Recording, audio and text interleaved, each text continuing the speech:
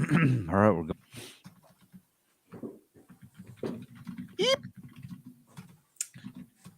Don't. We're just gonna do. If you do it on the podcast, they'll be so happy. Oh, yeah, we'll get that clipped out. No, Okay. don't you dare. Don't. Live forever in eternity. Dare. Okay. You know we would though. You know I would clip that out. I know you would. And we would make the dopest rap. You know what's funny? A lot of times I get a lot of like Jenna sounds. You know what I mean? Mm-hmm. But a lot of times I'm not even looking for them. I'm just like listening through, and I'll hear something funny, and I'm like, "Oh, I got to clip jumps that." out to you. Yeah. Sometimes it's just good. Yep. Okay, are we all? Let's see. We got the intro. We got news. We got kudos. First impression rose. Dear game devs. Dice pick for Jenna, and we're out. We're all square. Yes. I didn't read through the intro. Am I going to lose it? Am I going to laugh? No, it's not that funny. Okay. We do have a line together at the end where we go, "Whoa." Got it. We may need to do it twice. We'll be fine. We'll see. Dude, our timing is we got spot this. on. Spot on. First read, only read. As long as I don't laugh. The only time we ever have to redo it is when I break. So, and that's like fine by me that I'm that funny. So I think it's time we start wrapping up season 1 of the podcast. Yeah, I mean, we never like officially announced a season 2 or anything, so technically I'm pretty sure we're still in season 1, right? Flawless logic. I'm sorry.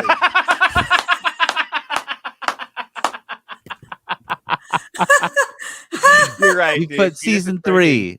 You put season 3, and I couldn't do it. Like I was thinking for a second. Okay. I got this you. This is why I need to read ahead of time. Yeah, we got to start over. Okay. Do we though? So I think it's time we start wrapping up season 1 of the podcast.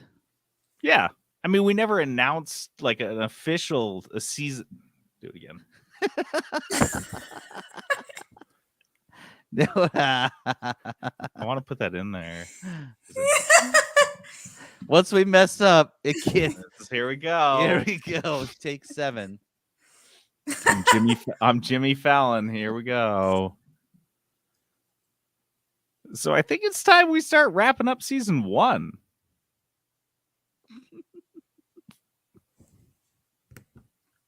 I can't. Hold on. Just give me a second. Once I start, wait, you mean of the podcast? Yeah, Jenna's gonna start giving all your lines to Jenna. I'll get there. Someone that can hold it together. You know, once I break, I can't stop breaking. Oh Okay, no, I'm breaking. I'm ready. I'm ready. I'm not ready. Hold on. Peterson's got the gigs tonight. I heard the eep and I lost it. Okay, go. That was it. So I think it's time we start wrapping up season 1 of the podcast. Yeah, I mean, we've never officially announced a season 2 or anything, so technically I'm pretty sure we're still in season 1. Flawless logic. So what do you think will be different about season 3 of the podcast? Season 3, dude, we're not even in season 2 yet.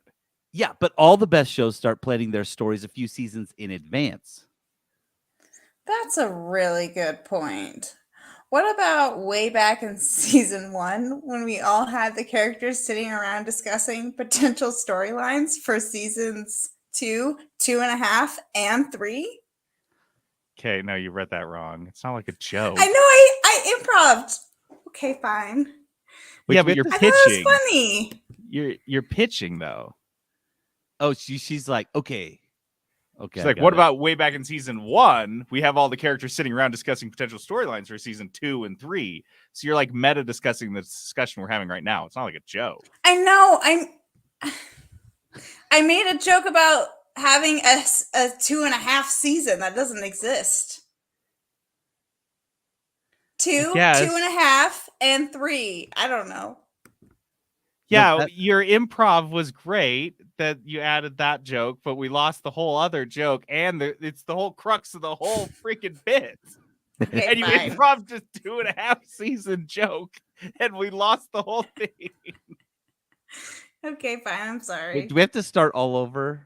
Yeah, we do. You're Híjole, welcome. God. Okay, here we go. Yeah, you're sitting here blowing our minds because you're anyway. So I think it's time we start wrapping up season 1 Of the podcast? Yeah.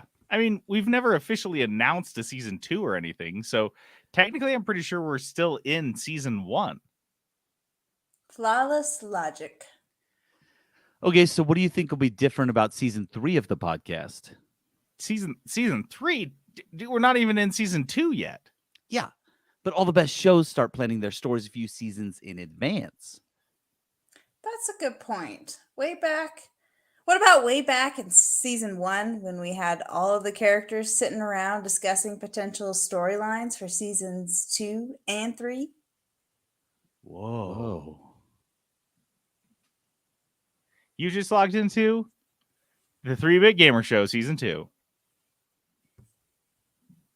Welcome to the 3-Bit Gamer Show. I'm JD. This is Peterson. This is Jenna. And we're here on our 6th take. We finally got through it. I lost it. Hey, listen, we have long seasons around here. One season is 317 episodes long, so not There's bingeable. the preseason, mid-season, and then That's right. We've got Dude, all of our seasons are prime numbers. It's 317 a prime number. Yeah, obviously. I know all the prime It numbers. It is. Is it really? Yeah. I'm like Jack Reacher. I just know all the prime numbers for some reason. Like, Why is that a thing he knows? I don't know. It's just a thing. Anyway, not a thing I know. We do prime number based seasons. We'll see you again on episode 511. I don't know. What do you think? 517? I don't know the prime 511. numbers. Just tell me. Okay. You don't ask because I know Well, okay. I have 7 and like 11. a Looney Tunes song. This is how it goes. And no, I don't actually. I was really looking forward to that song.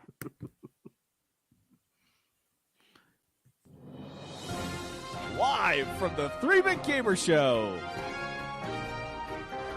The news. Our news this week is brought to us by. Live Dang from it, I had it on loop.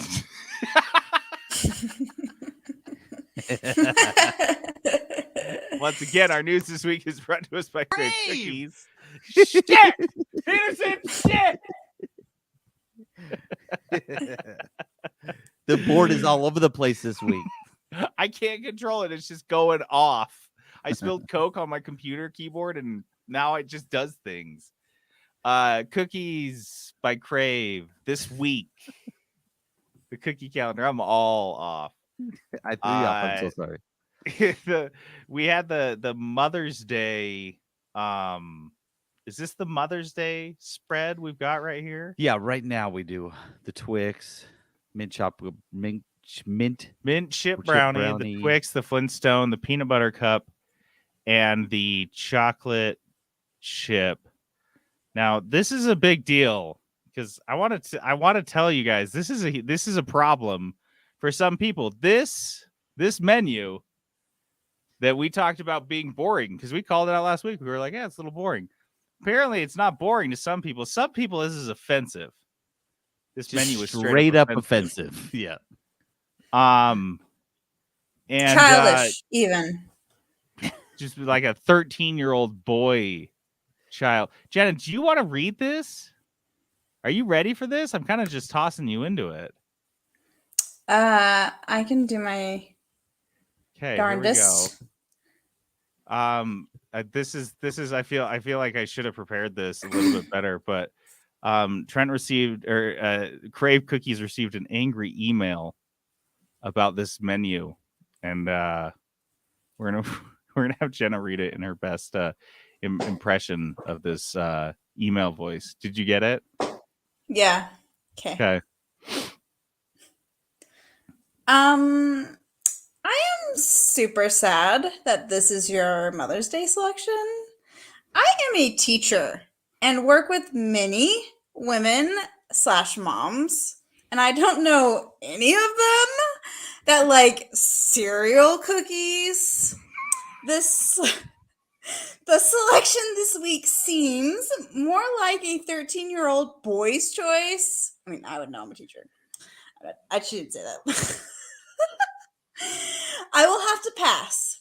I was planning to get 4 6-packs for Mother's Day gifts. Maybe next year.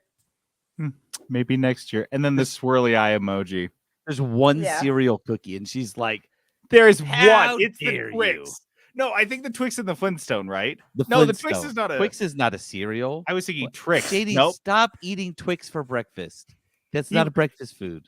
Anything you pour milk on is a breakfast food. Chops it up, puts it in a bowl with some milk. Chocolate Okay, milk. the chilled Biscoff Oreo, the mint chip brownie, the Twix, the Flintstone, the peanut butter cup. That is a 13-year-old boy's menu. I don't Trent know. cleaned that up this week though, because this week's is much more mature. You got a Okay. coffee cake. Oh man, Mhm. it's classy. Teachers love fucking coffee, right? I guess. You got a cupcake, Well, which is like a smaller version of a cake, which is pretty adult as a dessert. The Carmelita. where does it end with you people? The Brookies and Cream and the Biscuit Doodle. I don't know. Trent paid us extra this week for this extra long spot. Get down to Crave Cookies, or failing that, send Trent a fun email. Just shoot one off. If you're like frustrated about something that's just like so outside of your control, and also at the same time incredibly trivial, shoot Trent an email. Email him somebody know. about it. Yeah, Smart. let somebody know, because it'd be weird if you didn't let them know.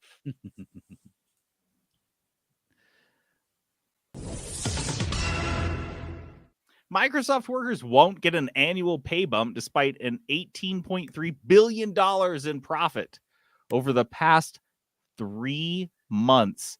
When you heard 18.3 in bills and profit, you're like, oh, last year, that's a lot. And you're That's like, pretty oh, good. over last quarter.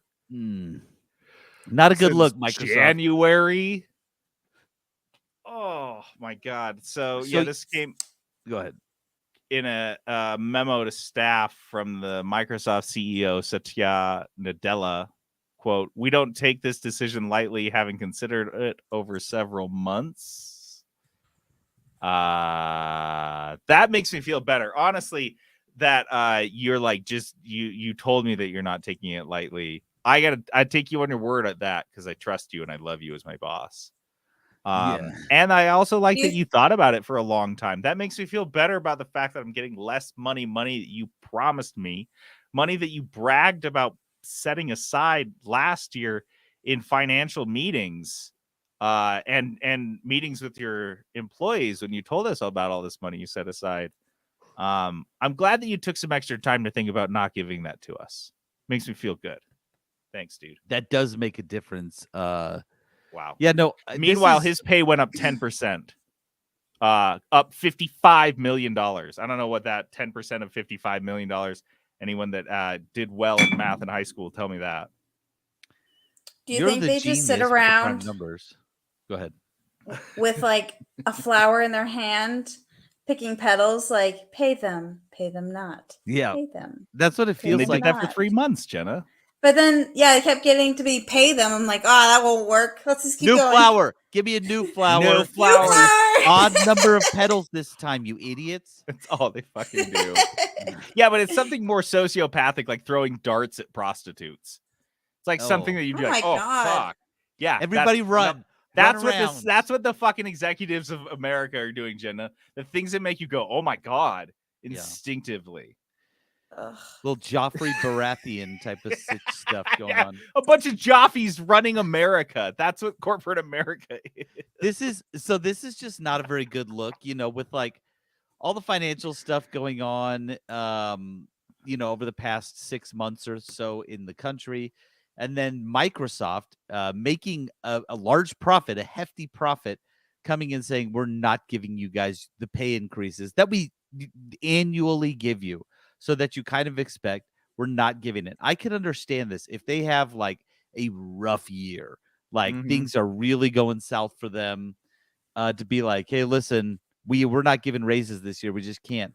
That's not the case. They have money. They've got money on hand. They made money. I mean, it's crazy. They got so much money on hand. They are currently trying to close the biggest acquisition of all time in human history. You go back to like Egyptian times and people are like brokering over the upper and lower kingdom. Still, this one's bigger. And they're like, no, we don't have money for your we can't give you your 3% increase. We got to buy this big video game company to make some guys rich, you know. Bobby Kotick needs that golden parachute. This is a bad look, really bad for Microsoft. I don't know. And I told JD this. I was like, there's got to be something else going on. Please tell me that we're going to see some really bad news from Microsoft coming out in the next 3 months. Otherwise, this makes no sense. They're going to lose people. Well, that's what I think it is. I think that they, as far as I understand, and I don't think we've reported, they have not had layoffs, have they? If they have, they haven't been substantial, I think. So I think this is partially that, partially being like, we're not going to get bonuses. So if you can leave, part of a thing. But I also do think that acquisition is a big fucking deal. Like, what is it? $67 billion or some shit? Like, they're socking away cash for that. And if it ends up being a protracted legal battle over the course of a year or more, over a couple different continents and countries and all this other shit, that could be really expensive if they're trying to close this. And yeah, that's an easy way to get, you know, some money. I don't know, Peterson, how much bitching would you have to deal with if Boeing did something like this? I know that they have had issues with bonuses, but like if they said like, you got a big bonus coming, and then they made a shit ton of money and a ton of people bought all your airplanes, and then you guys were like, no bonuses, it would be like riots. Yeah, it would be really bad. I mean, first off, all of our unions would, immediately go on strike. Just instantly. That's not even a joke. If they even brought it up, they'd be on strike. But yeah, no, it would be a huge deal. People would be leaving the company. Nope, and that's what's going to happen at Microsoft, I think. Yeah, and I do think that's a goal. I think that's an understated goal of this whole thing, this whole move, is that they are trying to get people to leave. So Snorgle does say Microsoft had layoffs of a few thousand people in Seattle, but nothing huge. So nothing major. I thought I had remembered maybe they had some. It was like for some specialized programs or something like that they were winding down on, but nothing major. Yeah. So I guess I hope they close that deal, or they'll just have a shit ton of cash left over that they hoarded from their employees. All that stock buybacks and executive bonus programs. Sharp has revealed they're supplying displays for an unannounced console, but they won't say which one. This is so funny. This was coming from the Sharp CEO, Robert Wu, who revealed in a company quarterly earnings call that they're making LCDs for an unnamed company, gaming company, and they've been doing so since the early R&D stages. So I think he's bragging in this earnings call, and he's like, oh, guys, we have something big coming. And he's like Michael Scotting right now. He cannot keep it to himself. Can't keep he says, it I can't comment on the details. I can't tell you the details regarding specific customers, but as to a new gaming console we've been involved in its R&D stages, basically where every other gaming console is in its life cycle, this has to be a Nintendo console. And what is let's say they're bringing back the VMU Sega box. Sega's coming back. What other are they doing with a fucking LCD screen for a console? It's not going to be Steam Deck. It's not going to be that Asus thing that they're the new one. The ROG. So it's definitely absolutely Nintendo, who Sharp has worked with in the past. And Robert Wu is just like, I can't. It's fucking Nintendo. It's Nintendo. We're doing Nintendo. It's almost like they had nothing else to announce, and he had to say something. Yeah. Yeah, So and then they it's just, deleted all this shit from their website. Oh my Like God. Sharp was like, "Oops, nope, just kidding." Because I wasn't supposed to say. Oh, shoot. Nintendo dialed them up. They're like, "Dude, what the fuck, Robert?" He's like, "Dude, I was just so stoked." I got excited. They were asking questions so quickly. I had no time to think. I just watched that episode of The Office where Michael has been entrusted with Jim's secret that he's in love with Pam, and he reveals it within like the first like Hour? 3 hours of the work day, and Jim just goes into his office. He's like, What happened? "What happened, man?" That's when they called up Robert Wu. Just what happened, man? Just everyone was asking questions. I got excited. My So blood was that's pumping. awesome. So I think we're gonna see. I think anyone that's been like, "Oh, where are we getting our next Nintendo console?" I think, They're working on it. and color me, call me out if you think this sounds silly. That we can look at, and maybe in years go by, we'll look at the Zelda games as bookends of the Nintendo Switch life cycle. And the next thing that we hear from Nintendo will be their next announced console. And you know how it usually is. They announce a console and it's out within a year. They don't fuck around. So yeah, I think this Zelda game might have been the last thing out, and then they're like gonna switch over. I wouldn't be surprised if we see the next Nintendo console announced before the end of this year. The Switch 2. If Robert Wu, I mean, come on, he's not like we're joking on this dude, but he's not that dumb. If this announcement was a year or two out, he would not have said shit. That would have been that would have been early enough to fucking kill the deal, potentially. But I think he knows the deal's closed. They're shipping these out already, or getting them. He said they're building out the factories or whatever to build them. So, what do you think, Peterson? Nintendo by 2024? We get an announcement in 2024. It comes out early 2025. That's like, okay. What about you, Jenna?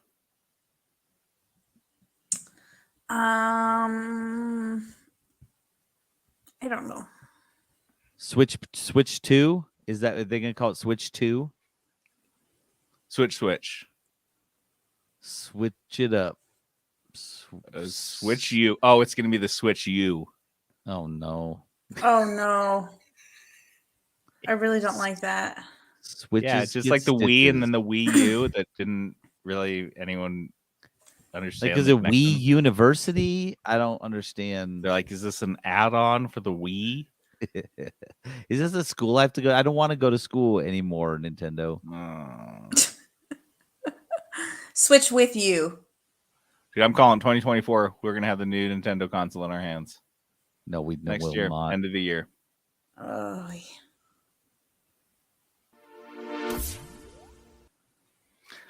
Oh, Warner Brothers Discovery CEO David Zaslav says that Hogwarts Legacies sold 15 million copies and has made over $1 billion, and now he wants to do the same with Superman.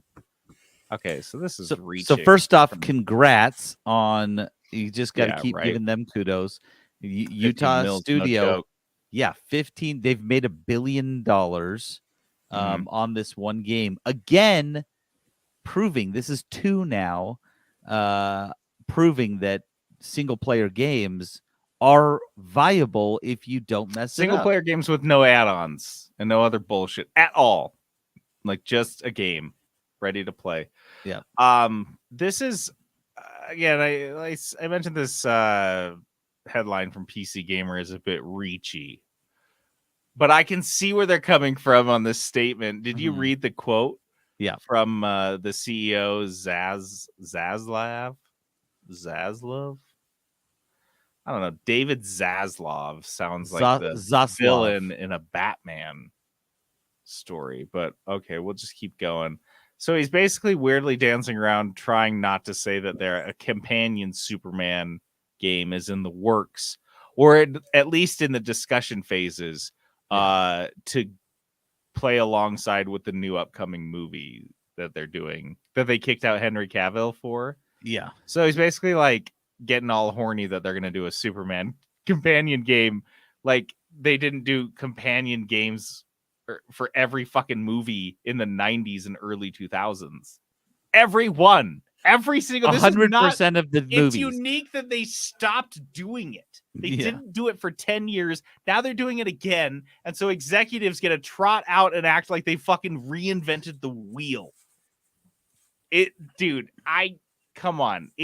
And what they're pulling from is Zaslav is saying like, yeah, people loved running around in Hogwarts universe, and he's like, I don't know, maybe next couple years. He says, in the next couple years we launch a Superman movie and people spend more time. There's more economics of people just hanging out in the Superman world and universe. So he doesn't say Superman video game, but he's using the same language. These and cagey so CEOs, they're all like Michael Scott, dude. they can't. They help- know more than they're letting on, but not that much more because they're just letting everything slip.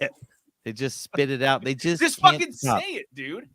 Like, you don't need to be like this. Just fucking, hey, we're working on a Superman game. I think that's a really exciting prospect. Maybe we'll have it. Maybe we won't. Like, just say that. He doesn't even have to be. He could say, honestly, because of Hogwarts Legacy, we've been thinking about other properties. What if there was a Superman game? You know what I mean? Yeah. Why do We're you have thinking to do about this, that. Like, cover your ass double Be like speak? weirdly cagey. Yeah. Just say, hey, we're thinking about it. That would like be you're in cool, a right? like you're in a police detective interrogation and you're just like trying not to let anything out that could be incriminating against you. Dude, just say it. So long story short, maybe we'll get a Superman game in the next couple years to go with what is looking to be a non-Henry Cavill Superman. So somewhere between Christopher Reeves and Brandon Routh, we're gonna get something like that.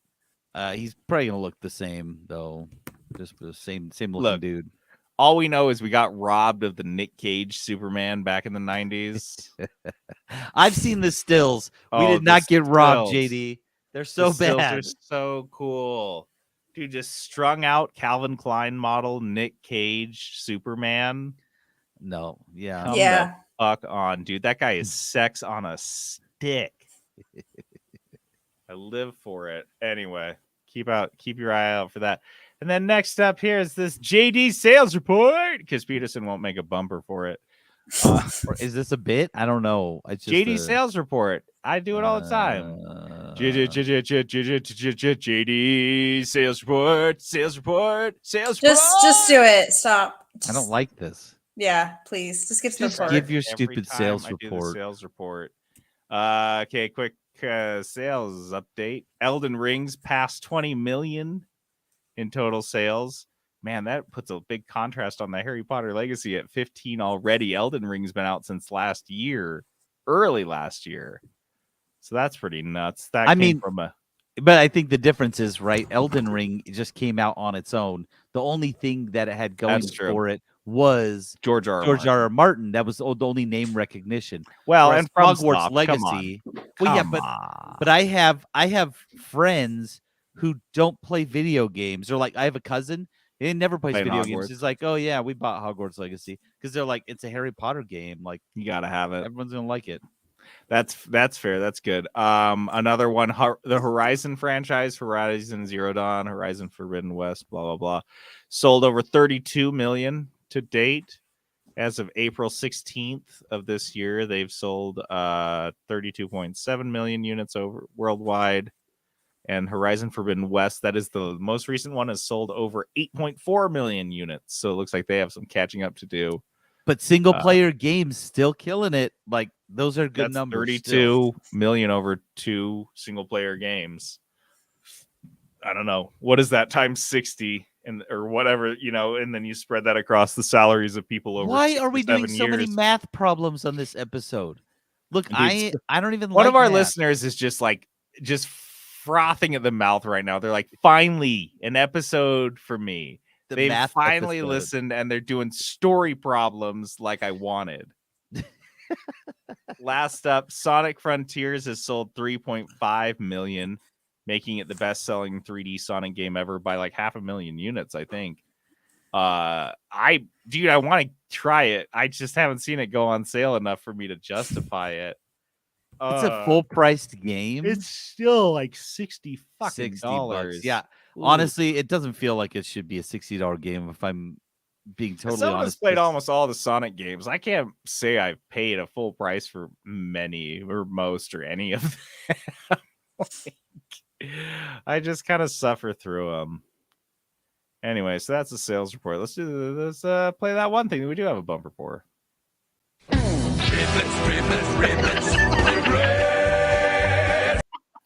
Fucking sorry. Do it again. Yeah. Round 2. I took loop off. Should have left it on.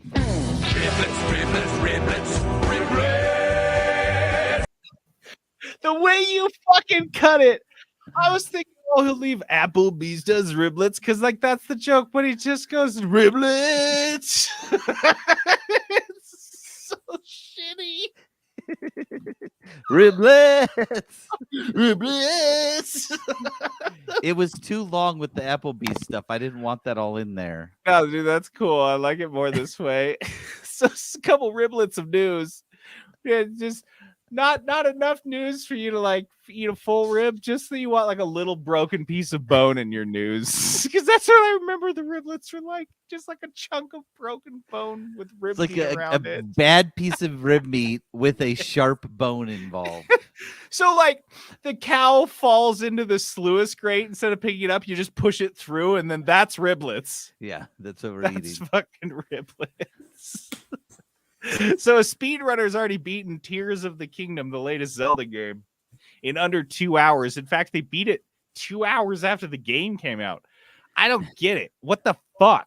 This article didn't explain it. It's just like, isn't that cool? You already beat it. I'm like, no, that's not cool. Yes, it's cool, but explain how. How? Because as far as I understand, the speedrunners are like, they play the game over and over and over again, memorize the run and the passage of how to do all these things. What the fuck? How? Here's my guess. Because it is, by all reports, very similar to Breath of the Wild. Same deal. Just go straight to the castle. So they just know how to get there. Plus, I think there's like more flying. So you're like guiding yourself around. So yeah, I think they figured out how to just get straight there. And then I don't know. But people are crazy. Yeah. I mean, I haven't even thought about purchasing this game yet. I haven't even told my kids it's out, and people are already beating it in under 2 hours. So I just feel like the speedrunners that do this particular speedrun are like the guys. I've run in a handful of half marathons, 10Ks, a number of things like that. There's always those guys right when the race starts, and they're like zigzagging in between everyone, trying to get up to the thing. But they're just racing up to the starting line, because you have to stamp on the starting line with the tag on your shoe, and then you start, and they're just jostling to get up to there. I'm like, brother, who are you racing and why? Yeah. Why are you racing at the beginning of the speed run? What is the point of setting the speed run Gotta be in record now? front. Gotta be in front. And then you like pass that guy like a mile down the road. He's like, oh, but I was in the front there for a second. It was best. Yeah, I was. I'm gonna tell everyone I know that I was in front for a minute. Doesn't matter if you win by an inch or a mile. Winning's winning.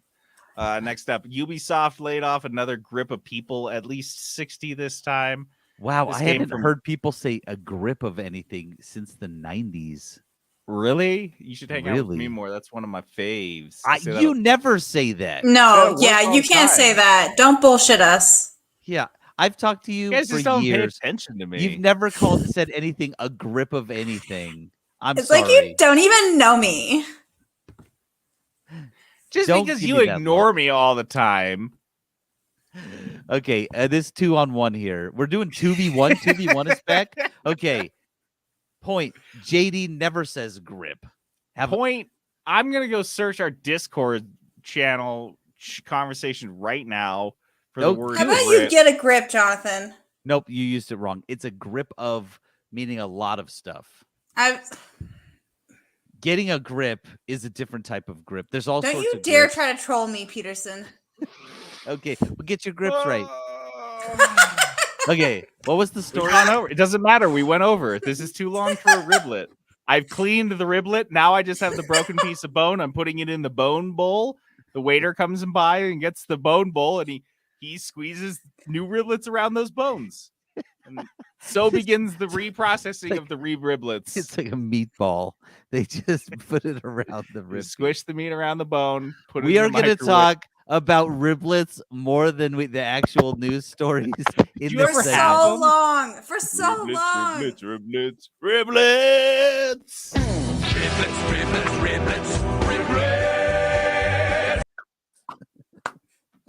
Okay, spin kudos, but also maybe riblets too. Don't you dare. We'll get riblets at least one more time. Don't. Kudos. Kudos. Kudos. Riblets. All right, kudos. At the end, he says riblets instead of kudos. All right. New bit. Riblets is in every single bumper that I make from now on. You just sneak it in there. You just sneak it in there. Peterson for riblets. Don't play no riblets with me. At least once a month, we sneak that in there. I'm really excited about this development. But kudos is our positivity segment. Usually we need it. Not this week, though. Things are going pretty well. Because we skipped over the layoff story. That's why. Yeah. Anyway, so I got some Fudos this week. These are Fudos that I left off last week. But I had spicy mustard Dorts, spicy mustard Doritos. They come in a yellow bag. They're usually next to a Dorts in a red bag that are ketchup, which I have been informed by the Silverthorn that the ketchup is popular in Canada as a chip flavor. I think I knew that somewhere. I've had ketchup Also- chips and I don't like them.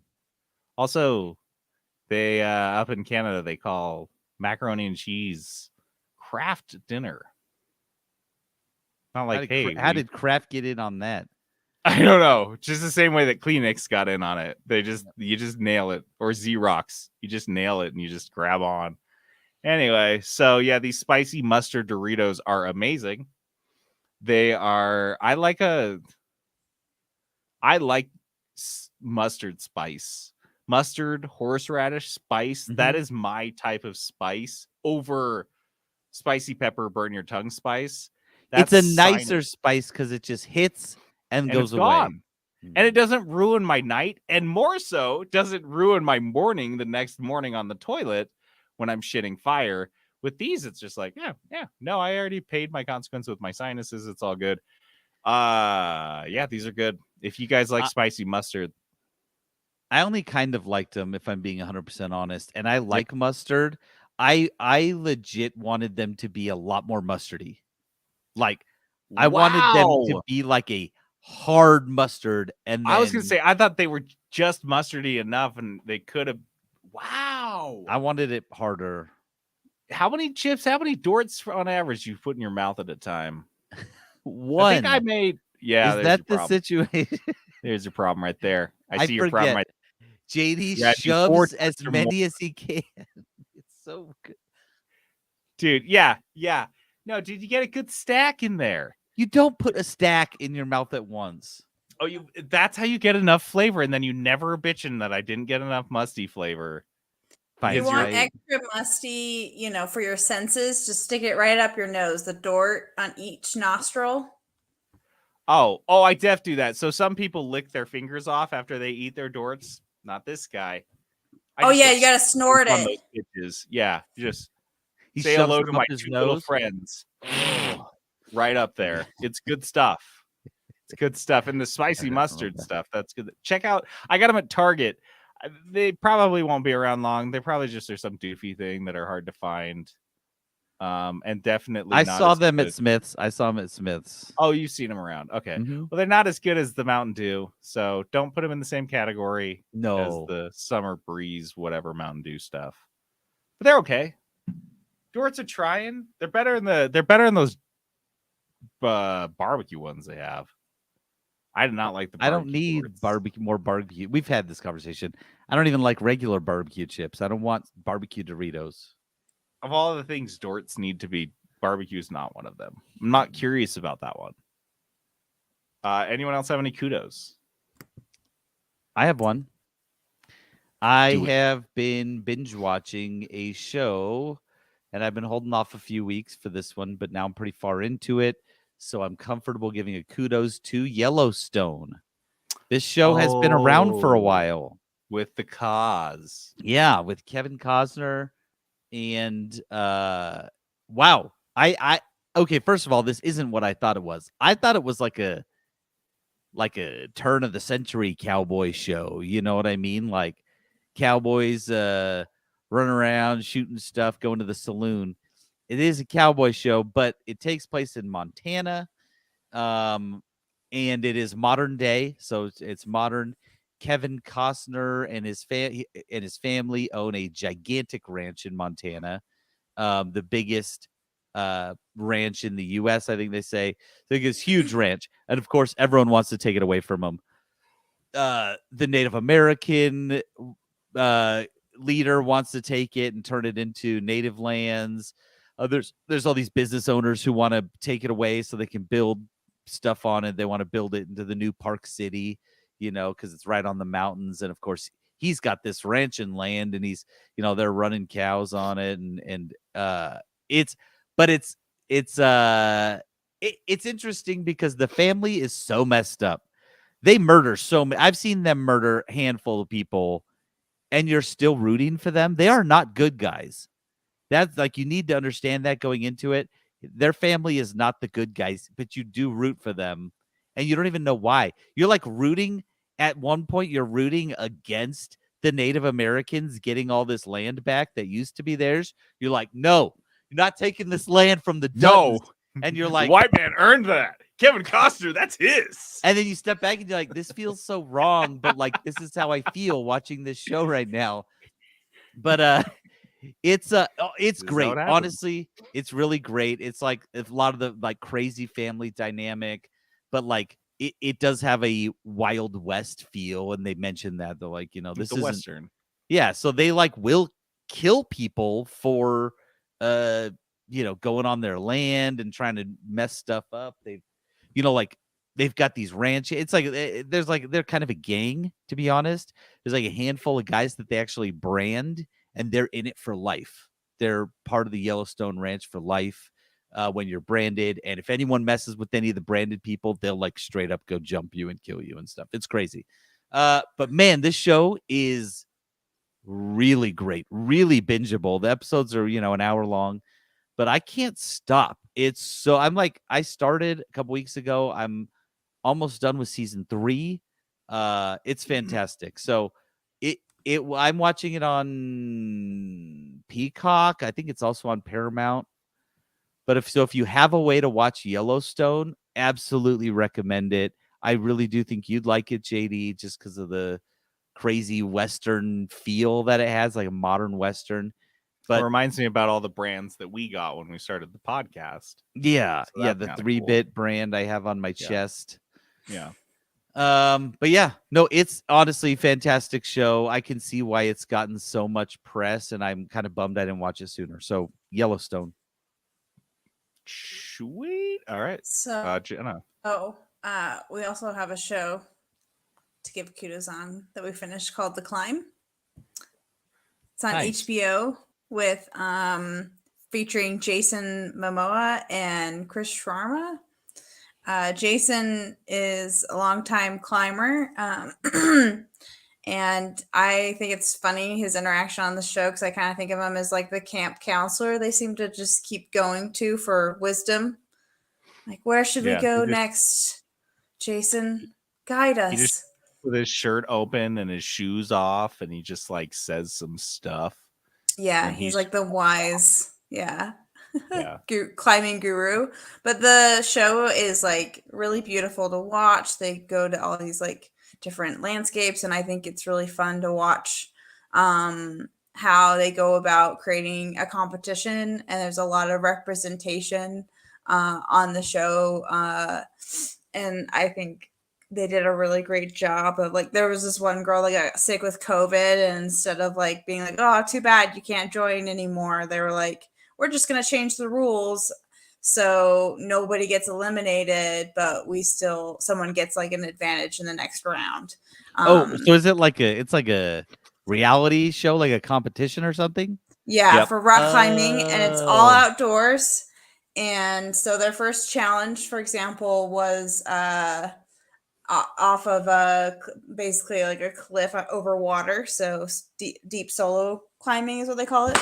Deep water solo. So Yeah. it's a cliff hanging over water, so you don't need to have ropes or anything, and they sometimes are way up there, because then if you fall, you just end up falling in the ocean.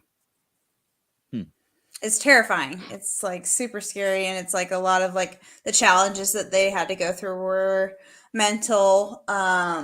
They even had to do like trad climbing, which you don't have any bolts into the climbing wall. You just have to stick gear in between cracks and hope it stays. So if you don't place it correctly, like you're risking your life potentially. And it was some of the climbers like first time doing that, and I don't know. I was just really proud of all of the contestants, and it was just like really, really cool to see competitions like that with rock climbing, because it's not easy to go about doing something like that. Or it's not something you see often anyway. So yeah. Cool. It's It's called on The HBO. Climb. It's called The Climb. Yeah. It's like 6 episodes. It's actually pretty short. You Mhm. probably watch the whole thing in a single night if you wanted to binge it. But yeah, it's a good spread. They do, like Jenna mentioned, all sorts of different climbing. They do deep water solo, bouldering, trad climbing, which is the cams that they stuff into the cracks, sport climbing, which is where they're clipping onto bolts that are already set in the rock. And they go all over the world. They're in Thailand, they're in Spain, and they're climbing just some of the most insane routes, and it's cool. It's the first time I've seen a good climbing competition like ever that seemed fair and balanced for everybody. Yeah, and I don't know, it's dope. So check it out. It's on That HBO. seems like it'd be cool. The Climb.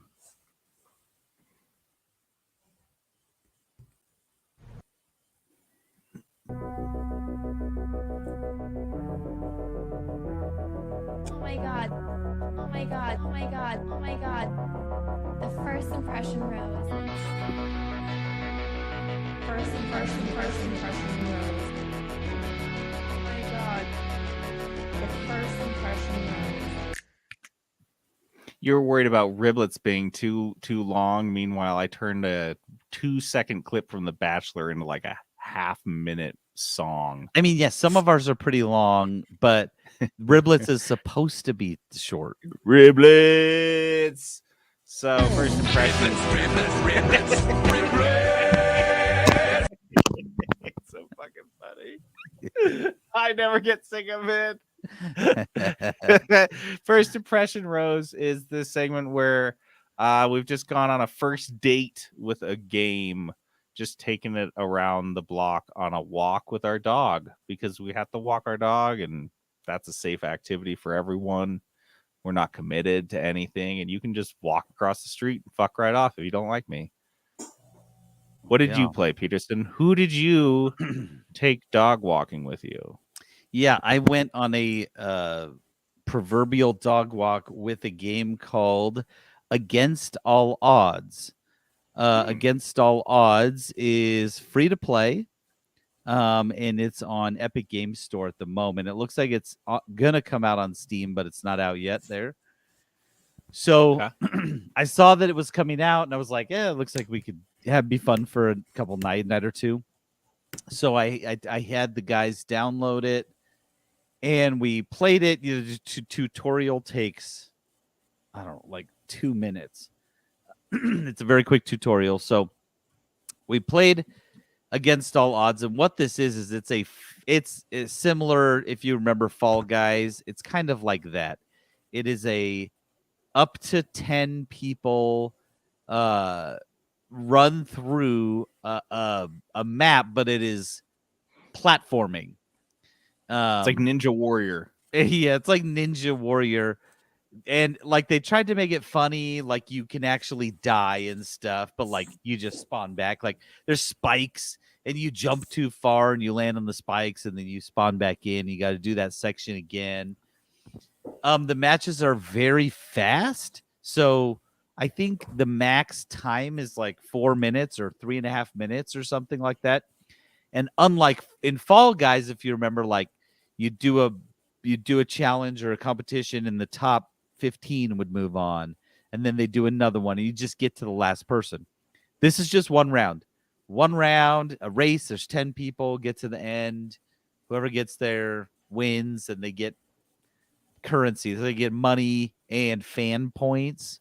I don't think I figured out what the fan points were for, but the money you can buy skins, essentially. Just buy skins for your character and stuff like that, cosmetic stuff. It was very simple. I guess that's one thing that it definitely has going for it, is there was nothing complicated about it. We weren't none of us got into the game and were like, what is this? How does this work? And what's happening? Like all of it, you get in, and you're like, okay, this is super straightforward. I got it. Although I will say, these games, I try to give them a shot. You know, I think this could be fun for a night or two. I think we played 4, 5, 6 rounds maybe, and I was like, okay, I'm done. I'm done playing this game. And it's not because I was bad at it. I was medium at it. I would come in like top 5, but I didn't think it was fun. I don't love platforming to begin with. It has to be very, very good platforming for me to be interested in it. This was like a platforming race. Just to be, didn't you propose playing this to everybody? Yeah. What were you thinking? And I was like, you knew you didn't like Fall Guys. You know you don't like platforming, and you're like, dude, let's play this. Maybe it could be fun for that's How I. did you not? I would have red flagged this. I thought it would be fun for like 1 to 2 nights, and honestly, I just didn't really have much fun with it at all.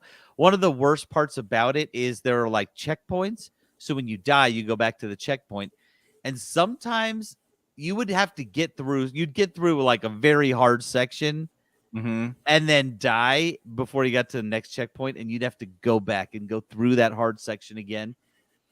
And if the person in front made it before you, like they won, no question, because you got to go through that again. And then there's like people piling up, and you're like pushing each other and things like that. So yeah, Against All Odds, honestly, not my jam at all. I think some of the guys, probably maybe half of us, had fun with it. A couple of us didn't like it really at all, but we haven't gone back to it. I guess if you were a huge Fall Guys fan, honestly, it seemed less fun than Fall Guys.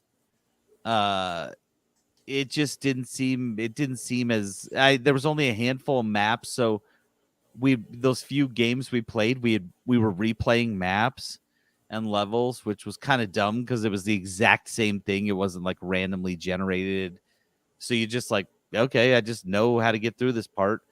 Weird. It just wasn't that exciting, and so yeah, I don't know. Honestly, it's free to play. So can I say like it's not worth buying, but it's free to play. But I would say don't waste your time. Unless you're obsessed with Fall Guys, just don't bother. When it comes out on Steam, I imagine the reviews will be pretty medium. It's like you're walking with that guy, and you're walking your dog, and you're like, whatever, and you're talking, and things are going well, and he's just like, yeah, I don't really like dogs. And you turn to him, and you're like, what the fuck? What a weird thing. What do you think we're doing here? Are you like more of a cat person, or Sir, like what's like, the situation? It seems like you're. My ex-girlfriend had a cat. I hated it.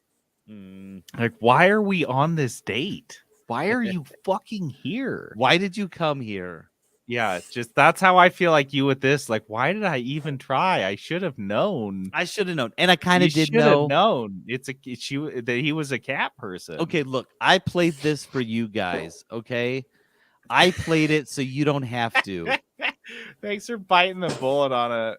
You know what? You're welcome. You're welcome. Don't play Against All Odds. Against All Odds, not worth. It's free to play, not worth. Mm-mm. Okay. No, spend your money. Let's do this next thing.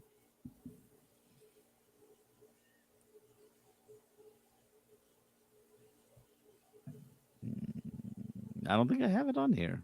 Just play Riblets then. You asked for it.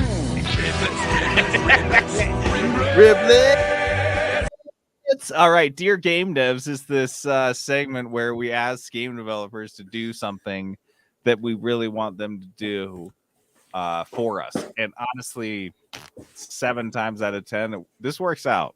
We've got a pretty good success rate. Honestly, there's one that I'm highly disappointed we haven't seen yet, though, and that is the Simpsons game. We talked about several good Simpsons games, and we've got nothing.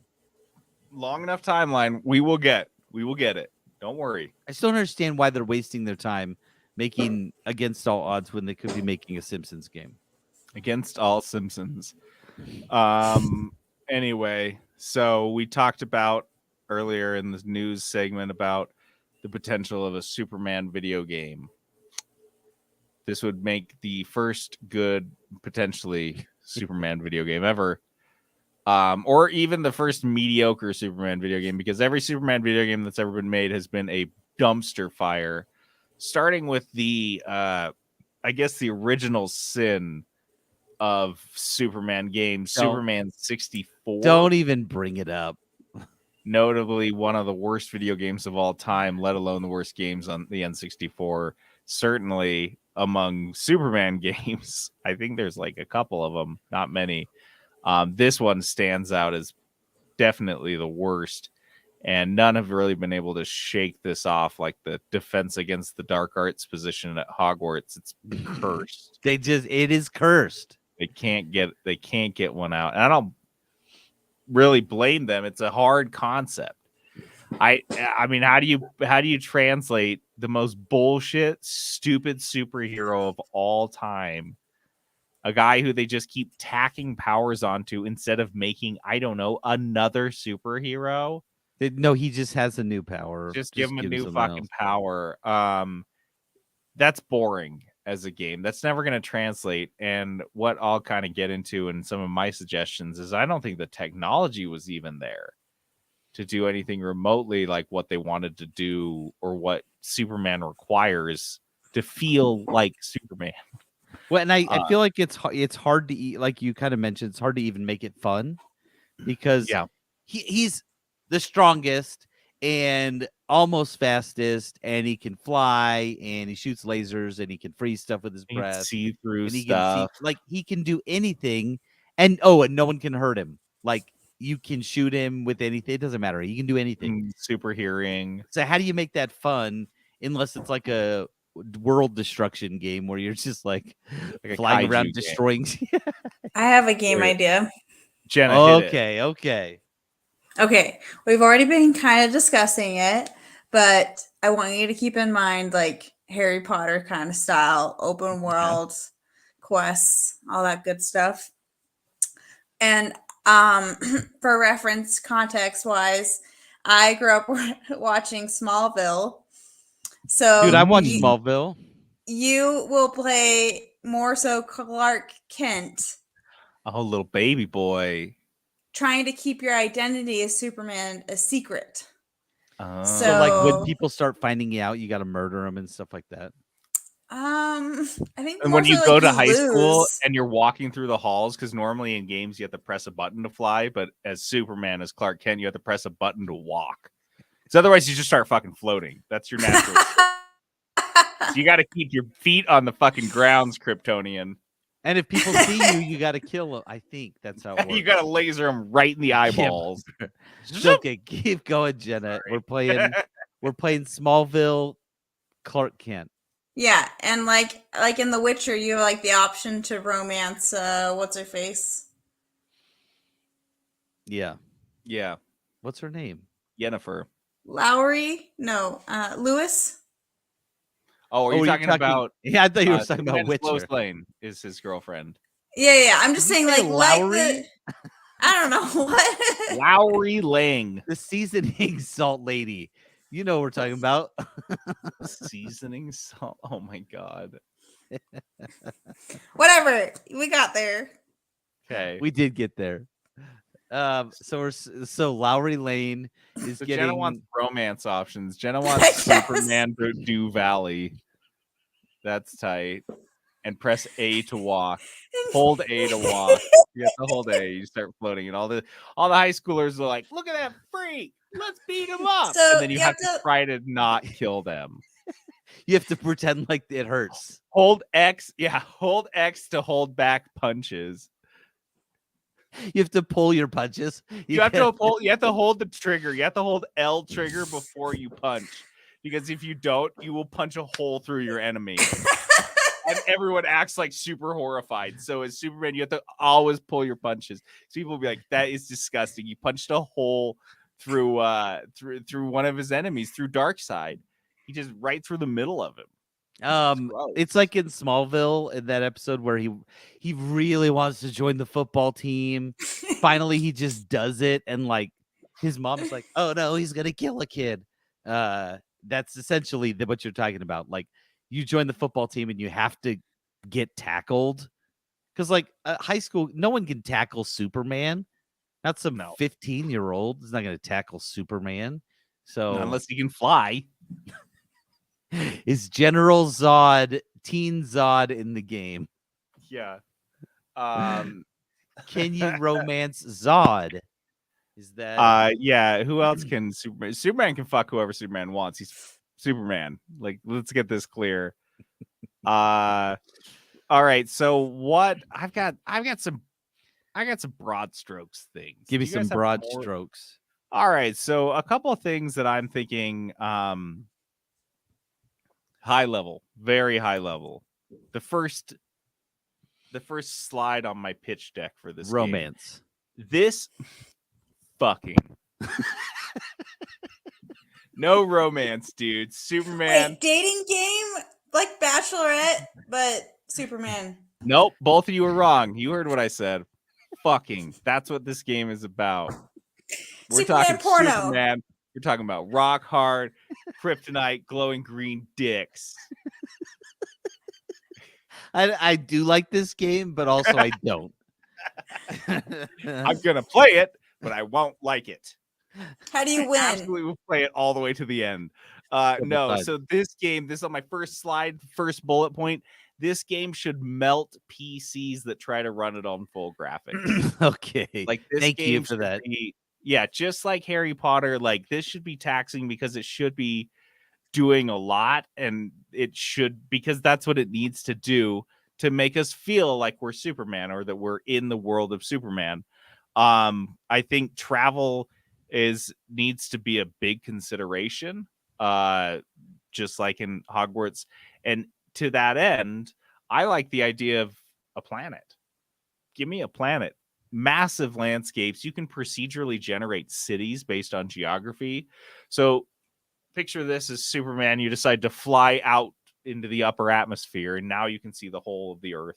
And like Google Earth, essentially you could zoom in, aka fly down to a point on the planet, and say you fly to Japan, and you fly to like southeastern Japan, and you're near Tokyo, where Tokyo would be in real life. And so what do? Well, they procedurally generate just a generic Japanese city with Japanese architecture and whatever, and then you can fly around that area and it will continue to feel like a city with crimes and things that you can do and things you can interact with. But again, this will destroy your PC. Well, that is on theme because doesn't he get his power from the sun? So, yeah, the hotter your computer's getting, There you go. the more Superman you feel. The more sun-like your computer feels like it's going to collapse into a dying star. Yeah. That's exactly how this game. And then the other thing that would make your very taxing on your machine, I like big piles of baddies, because Superman one-on-one is a challenge. In general, Superman fights are only really compelling when he's depowered or when he's like out in space. So if you are going to keep this on Earth, you're going to keep it grounded, you're going to have him either fighting like a huge guy or lots of guys. And I'm not opposed to that, because Brainiac shows up in the desert with big robot creatures all the time. But yeah, I like the idea of Superman and Wonder Woman and other people all just battling big piles of guys, and as Superman you're getting mobbed all the time. That's what I would like for this. Okay. Just very taxing, tons of things going on. Like, let's go full AAA on this. So AAA that, like, yeah, you can't really play it on a PC. I was thinking more along the Hogwarts Legacy route. I don't want to play as Superman as Clark Kent. So send this back to Krypton. So pre-Clark Kent. So Krypton, you're playing as, so if you know any of the story, Krypton It's was fucking. I knew it. You did a fucking game too, because that's Yeah. all they were doing on Krypton. just Superman was the last banging it baby out. He was Yeah. the only baby in like 1,000 years. So what did they do for 1,000 years on Krypton? Well, they genetically engineered their kids to do certain jobs. Did they also mined the core of their planet too aggressively? Yeah, that's what where all the good happens. stuff is. That's We where can fly into space as a Mm. species and literally just go grab rocks that we need, but all the good stuff's right beneath our feet. Yeah. Actually, they started to get pretty. So I was reading about it, right? They got pretty elitist because they were going out to space. Then they were like, forget it. Space is stupid. It's all about Krypton. There's no And so fun in they, space. yeah, it's too hard out there. And by hard, I mean soft. Everything, And so, all the liquid immediately boils off of your body. it was not as fun as it sounds. And so no, so I want you to play as a Kryptonian child who has been genetically engineered. So you're obviously, because like in Hogwarts Legacy, you're like weirdly good at all magic, right? You're just super OP. So kind this of like would make that. sense. Yeah, it would make sense. So you're pretty tough. But one concept I was thinking, because what happens on Krypton is there's a revolution, a coup. General Zod tries to do a coup and take the planet over. What if that was part of the game? You're playing Zod coup time frame, and you can do two different paths. You can choose to join the rebellion, the coup, join Mhm. General Zod, or join the Kryptonians. So some replay value. You can play through it again, but you're Yeah. flying through. Same thing. You're flying through. You're younger, but you're flying through on Krypton. You're pretty tough, and you're fighting other Kryptonians, either fighting the rebels or fighting the Kryptonian government, deciding which storyline. But it ends the same either way, with the planet getting destroyed. So that's my game. I want to play. Take me off of Clark Kent on Earth can be pretty boring, because like you said, even if you throw 1,000 guys at him, like he can just like a Indiana Laser, Jones punch them across, yeah. punch 40 guys at once. So yeah, send them to fight other Kryptonians. That's the only way to make it crazy fun, and so that's what I want to do. Yeah. Speaking of the sending to fight thing, that was in my kind of like keep it on Earth when I was like, okay, so you have it on Earth, it's boring, right? So what do you do? Where do his fights happen that it's fun? So that was my one thought, is you'd have fast travel to other planets potentially, where you could have more. When I talk about a procedurally generated world, like if you have like a planet that's just like a one-off, you go there to kick some guy's ass, you don't even really worry about that, and then you can build big set pieces to fight in. That was and then the last thing I had that I really would want, that's why I think kind of the world that I described would fit for this in particular, is that punches and things like that need to feel super strong. Like with Superman, if I get hit by a boss, I don't want to just like go flying like a little bit and I can still see him. Like after I want to literally like go into space. Like, can you imagine playing Dragon Ball Z fights?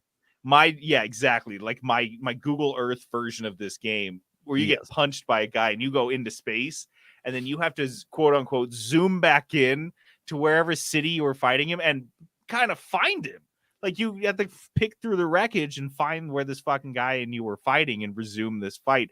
Or if he punches you across and you go, rolling through a mountain that's there. Like that's Dragon Ball Z right there. He's gonna punch you through a mountain. Huge anime style feeling things that I think that if you could do that properly, that's what you need to do to make this feel like Superman. Otherwise, it's just going to feel like very generic. Can I be honest? It sounds like you would rather have an Invincible game than a Superman game, because it sounds more Invincible, like with the other planets and like you're going to flying out in space and doing all that stuff. This is Invincible. I mean, Invincible is borrowing very heavily from Yes, Superman. I mean, yeah. that's the whole thing in the mythos. So, I mean, I would be happy with either. Yes. Honestly, Invincible would probably be more fun and easier to do as a game because, like, Superman is so sanitized as a Yeah. superhero that this game just is kind of destined to suck unless they go in the direction you're talking. Unless they go something completely different, they go a Hogwarts Legacy style direction. I think if they go Clark Kent, this will fucking suck. Jenna, what do you think about a Superman game? What are your thoughts other than do you have any other thoughts before we Besides move on? dating sim. No, Yeah, that's not my besides- main point. The main point of Witcher isn't a dating sim, you Well, it is for some dinguses. people. Mm. Just saying, it's an adventure, and part of Clark Kent's story is I don't know if I want to be with this lady or not. Anyway, Is it Lois Lane or who's the other one? I can't never remember her name. There's the other one. Wonder Woman, which is No. like, how is that the contest? Yeah, that's true. Okay. I mean, what does Lois Lane bring into the fucking table? I don't know, Anyway. she's time to alright. explore it in a game, I guess. Because this is But anyway. Superman, we've got to do the only appropriate thing, which is also present a Bizarro version. Mhm. So If you're unfamiliar with Bizarro, Bizarro is genetically engineered, tried to make, I think it was Lex Luthor tried to make a Superman, and he got Bizarro, who is like opposite Superman. He's like, Yeah. He's like, but a not big necessarily dummy. opposite. He's like the Yeah. weird Superman. He's like the This is why he's Bizarro. And he Yeah. like has a bunch of powers and he's really strong, but he's also very stupid. yeah, super But he dumb. thinks he's like Superman and he acts like Superman and tries to show up and be like Superman. Usually he's just bumbling around fucking everything up. But Bizarro's he's a comedic relief character. Yes. And in Bizarro world, things just work out for Bizarro anyway. So we've got a Bizarro version of this game. What's This is the worst. what's the bad version of this game that they're probably going to make instead? So I'm pretty obsessed with Superman's like flying abilities. If it's a buoyancy thing, what is it? Like, how is he controlling that? My personal take is that it's a specific balance, like a Lagrange point between him and I don't know, the center of the galaxy and whatever planet he's on. Long story short, I have this theory that if Superman, I don't know, went through a bout of depression or like me discovered that you can use candy bars as spoons to eat marshmallow fluff straight out of the jar, Superman Smart. packs on an extra 200-300 pounds. He can't fly anymore. He just really struggles to get off the ground. Yeah, so now you've got a walking Superman. Picture that. That's what you've got. It's like they did Fat Thor. We've got Yeah. Fat Superman, and he's just He kind can't of really like- run very fast. He gets pretty tired. strong, You've but got he's an tired. energy bar. He's lethargic. Yeah. On your game, you've got a Superman energy bar. Yeah. It's just the. You It's can't just his sprint. heartbeat. Just goes up. Just goes up when he's doing things. You just hear it all the time. You do his laser eyes and they start to just like bend slowly and then they just like kind of flop off. You know when you They play don't go games all the way. and you can hear your character huffing and puffing. That's a Frost breath completely out of the fucking question. That one is out. His lungs He's are panting. shot. Yeah, he's on a run and he's panting, and people that run past him are just getting blasted to death, just getting frostbite and stuff. Yeah, so yeah, fat Superman, walking only Superman. That one's in my Bizarro version.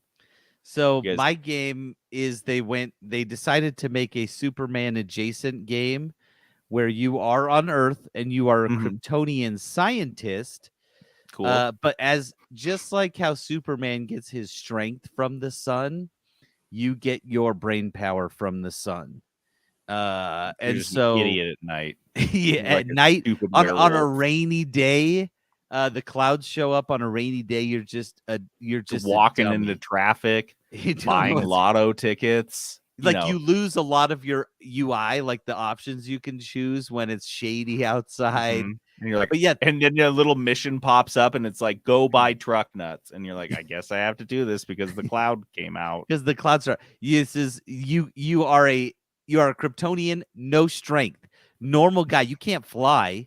You just Yeah. walk around Yeah. and you're trying to running. thwart Superman, but only using your brain, and sometimes it just doesn't work very well. Yeah. I like you- that. The sun makes you smart instead of strong. I know I mentioned this already, but I think if you got a Bizarro game, a Bizarro Superman, I like a Bizarro Superman where kind of like these like I don't know, like the Halo TV show where they just focus on the wrong thing. They like hyper focus on one thing.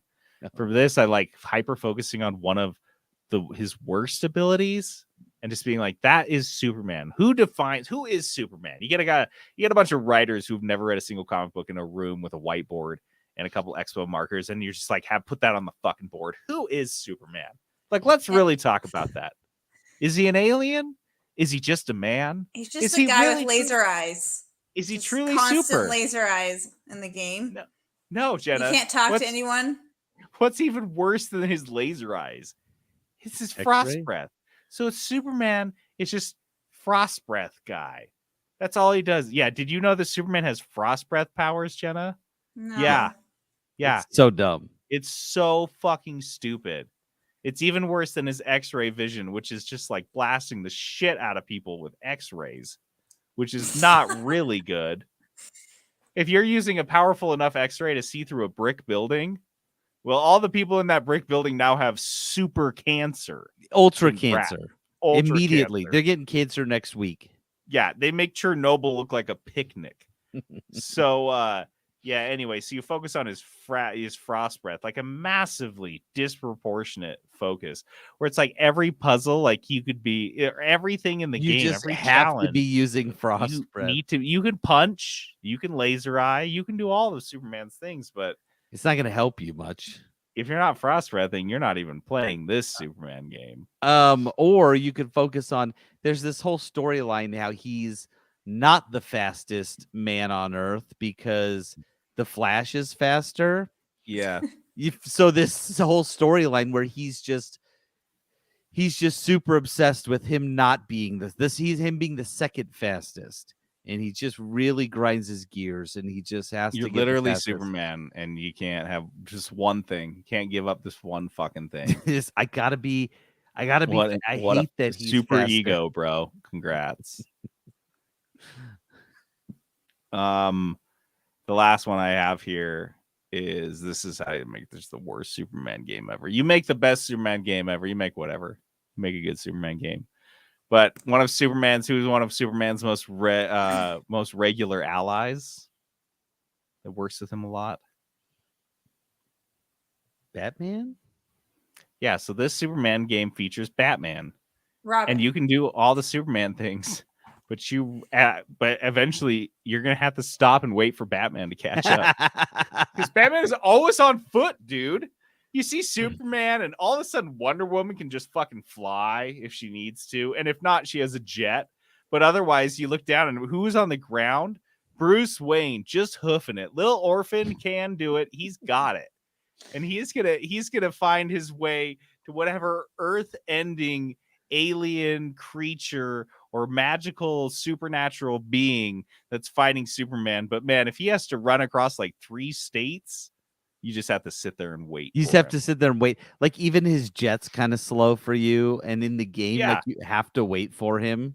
Yeah, Batman like has pointed out multiple times that Superman can just fly faster than his jet. So Batman on his best day is still like late to any appointment where Superman's like, let's go from point A to point B. Batman's like, yeah, I'll see you later. Like literally later. It has to be a constant dialogue option where you are offering to just pick him up and take him. Dude, And give me he's a like, piggyback ride. You so are quick. not. I'm Batman.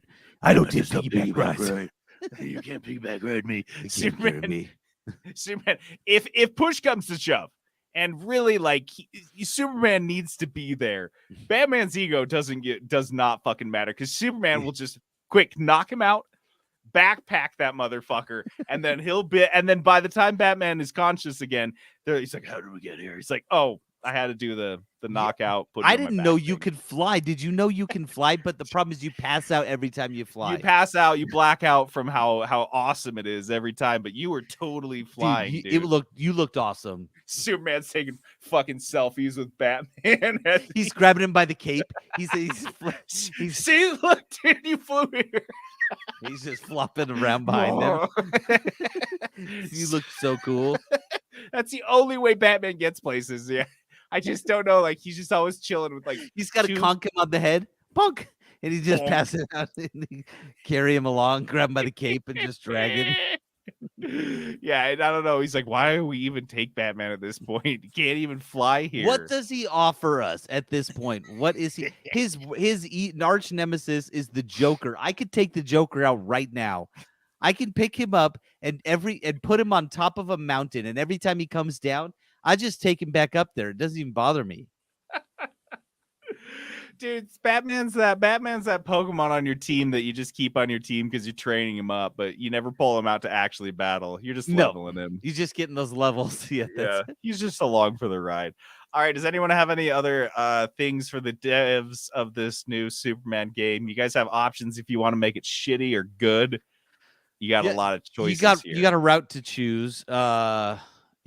It just depends on how much money you want to make. If you don't care about money, go the Bizarro stuff. That sounds interesting. At least you'll have fun.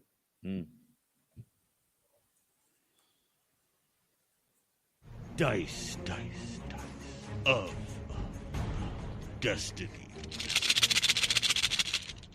Okay, Dice of Destiny is this game we play at the end of every episode. We roll a 6-sided dice to see who will be responsible for rolling the Dice of Destiny itself. A 20-sided dice with 20 different game genres assigned to it. That person then rolls another 6-sided dice to see how much money they can spend on the game, and then they find a game in that genre for that price, pick it, play it, review it. Last week, for Jenna, we rolled a Metroidvania for $30. Jenna has played every Metroidvania known to man, other than literally any Metroid game. She refuses to play those. Yeah. But that makes sense. Other than those, Jenna has played quite the spread. So, Jenna, what did you find? I couldn't believe you would be able to find a game. I did laugh when you told me what I rolled because I was like, out of all the categories. Yeah, we were like, okay, this is not fair. Jenna gets her favorite category when she's not even here. And I'm not gonna lie, I was like tempted to choose something that was like similar to what I've played before with like Hollow Knight and Ori. Like a 2D platformer kind of a deal. Yeah, so I considered this game called Islets. That looked really cool. I also looked at another game called The Night Witch, considered that. But I ended up on a different game for similar reasons to why I chose Turnip Boy. Is it just kind of made me laugh initially. Here we go. Yep. And it's definitely not like any of the other Metroidvania games I've played. So I figure I'll give it a whirl, especially since it is free to play. So are you guys ready for my pick? Oh, shit. Yeah. What'd you get? It's called Bloody Hell. Well, bloody hell. Why is this free? It came out in January of this year. It's overwhelmingly positive with 1,500 reviews. Yeah. Why is it free? I have no idea. It seems better than a lot of the games that I looked at that were like $10-15. So I don't know. This is awesome. It is super fun. I played up to the first boss so far. Oh shit, you've already been playing this? Yeah. You're basically, I don't know what kind of bird you are. A white bird of some sort of variation. Seagull. But you're an angel. So you've got like this cute little like halo around your noggin. But you've been sent down to hell on a mission to kill Satan. So it like is cute little Tweety bird. Yeah. And it is a bullet hell, which normally I do not like, But so far, Yeah. I've I don't know. I feel like it's been fun. It's not as like when bullet hells get so chaotic, I can't keep track of everything going on the screen. That's when they stress me out. But with this Yeah. one, it hasn't been like that at all. Like it feels like a normal, like kind of you have to read the patterns of the boss to try to figure out how to fight it. It is kind of hard. I've been struggling getting down like the twin stick shooter style for myself, It is but kind of Yeah. hard sometimes. Yeah.